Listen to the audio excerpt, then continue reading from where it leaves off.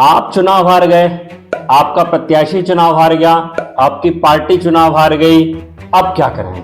अभी कुछ दिनों पहले तक तो आप पूरी ऊर्जा के अंदर थे, मोहल्ले के अंदर बहस कर रहे थे, पार्कों पे बहस कर रहे थे, सोशल मीडिया पे बहस कर रहे थे। चुनाव का रिजल्ट आया, आपकी पार्टी हार गई। अब क्या करें? जी हां, हार चुनावी राजनीति का एक अहम हिस्सा है और अधिकतर लोग हारते ज्यादा हैं और जीतते कम हैं। काफी लंबे समय तक हार का सामना करने के बाद कई बार जीत हासिल होती है और सत्ता में लंबे समय तक रहने के बाद हार का सामना भी करना पड़ता है। तो राजनीति में हार और जीत कोई नई चीज नहीं है, ये लगातार होती रहेंगी। आज भी हुई है, कल भी होगी, परसों भी होगी।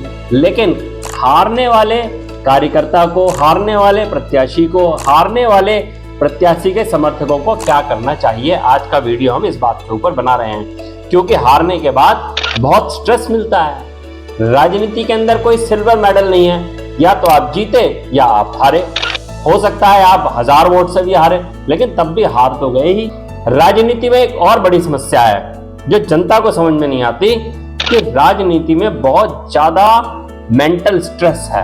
आप लगातार अपने विरोधियों के साथ लगातार चर्चा बहस में बने रहते हैं, विचारों का आदान प्रदान करते हैं, आरोप प्रत्यारोप लगाते हैं, बहुत स्ट्रेस है।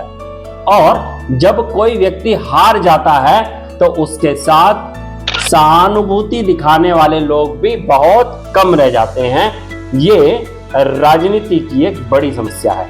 तो अगर आप राजनीतिक कार्यकर्ता हैं, समर्थक हैं या प्रत्याशी हैं, अगर आप हार गए हैं तो हम कुछ सुझावों को यहाँ पर लेकर आ रहे हैं। बड़े बड़े राजनीतिक नेता भी इसी तरह की चीजें करते हैं जब वो चुनाव हार जाते हैं। सबसे पहली चीज, हारने के कुछ दिनों तक, कुछ हफ्तों तक या कुछ महीनों तक शांति बनाकर रखें। घर के अंदर आराम से रहें। आपने काफी मेहनत की है, अब ये समय है हार के बाद अपने घर के लोगों के साथ, बच्चों के साथ, माँ बाप के साथ, भाई बहन के साथ समय बिताने का।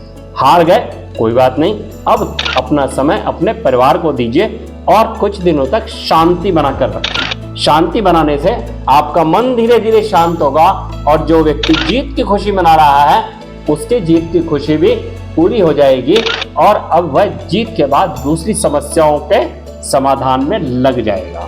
तो शांति बनाए रखना सबसे पहला टारगेट है हार के बाद, क्योंकि मन के अंदर बहुत सारे विचार आते हैं, इन विचारों को दबने दीजिए। इस दौरान किसी के साथ भी बहस ना करें, क्योंकि इस समय आपका जो जीता हुआ प्रतिद्वंदी है उसके अंदर बहुत एनर्जी है, आपके अंदर आधी भी एनर्जी नहीं है। तो आप सोचिए कि एक पहलवान के साथ एक कमजोर आदमी लड़ेगा तो कमजोर आदमी का क्या हाल होगा। इसलिए हारे हुए कार्यकर्ताओं, प्रत्याशी और समर्थकों को किसी के साथ बहस में नहीं पड़ना चाहिए। इस बहस में आप हार ही जाएं।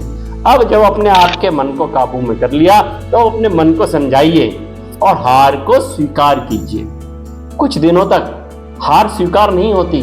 आप सोचते हैं ऐसा कर लेते तो वैसा हो जाता, ये कह देते तो वो हो जाता, अगर ये ना किया होता, अगर हमारे नेता ने ये बयान ना दिया होता, इसकी वजह से हारे, उसकी वजह से हारे। ऐसे दिमाग में आपके बहुत सारे जो प्रश्न हैं, बहुत सारी जो समस्या हैं वो आती रहेंगी। लेकिन कितना भी सोचिए, आपकी हार जीत में तो परिवर्तित नहीं हो सकती। इसलिए हार को आप करें स्वीकार। हर राजनीतिक ऐसा होता है। एक चीज और समझिए कि राजनीति में जैसे आम आदमी पार्टी हार गई, असल में वो हारी नहीं है, उसका कार्यकाल पूरा हो गया। उसको जनता ने 5 साल दिए, फिर जनता ने दोबारा 5 साल दिए। 10 साल के बाद मुख्यमंत्री का कार्यकाल खत्म हो गया, एक पार्टी का कार्यकाल खत्म हो गया। अब उसके बाद दूसरे को मौका मिलेगा।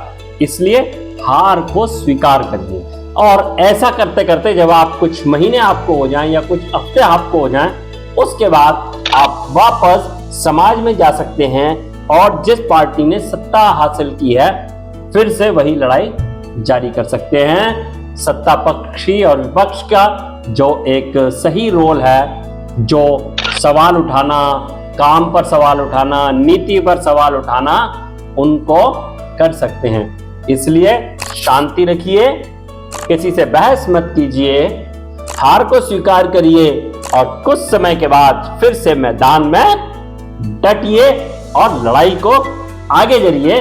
अब अगले चुनाव में 5 साल से कुछ दिन कम रह गए हैं, तो आप तैयारी फिर शुरू कर सकते हैं।